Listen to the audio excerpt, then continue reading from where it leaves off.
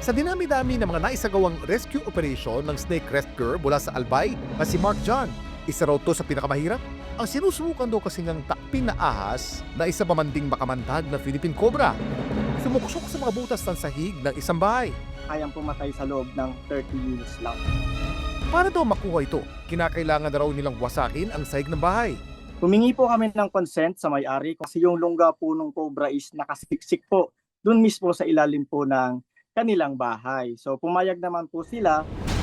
Dahan-dahan daw dinatibag ang sahig hanggang sa Ano? Uy, ay favorite magiwaga! Sarigon! Laki! Isus yan ang cobra!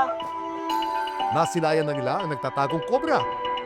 Yung Philippine Cobra po is kasing laki na rin po ng braso ng bata.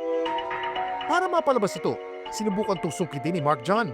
So gumagamit po kami ng mga snake tongs, snake clips, tsaka snake hook. Importante rin po yung pagbuboots natin para in case po matuklaw tayo ay sa boots po muna tatama yung kanilang kagat.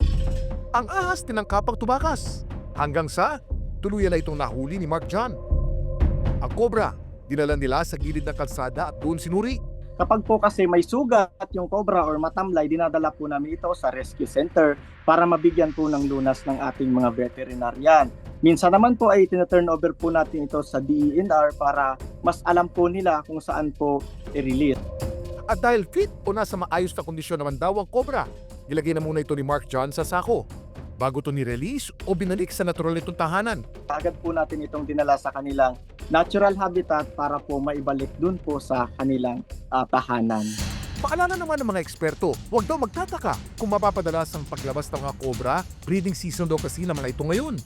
Usually, breeding season nila nagsa-start from January to April kasi mas stable ang condition para mag-mate sila, hindi pa bago-bago yung weather. Expect natin na marami talagang maghahanap ng makakain at maghahanap din ng mga partners nila since yung mga females nagkakalat din yan ng pheromones sa paligid. And hindi lang isang male yung na-attract, pwedeng maraming males ang sumunod. Kaya nagkakaroon tayo ng increased na sightings. Kaya minsan buwababa sila sa bundok, nakikita natin sila sa mga daan, minsan malapit sa ating mga bahay.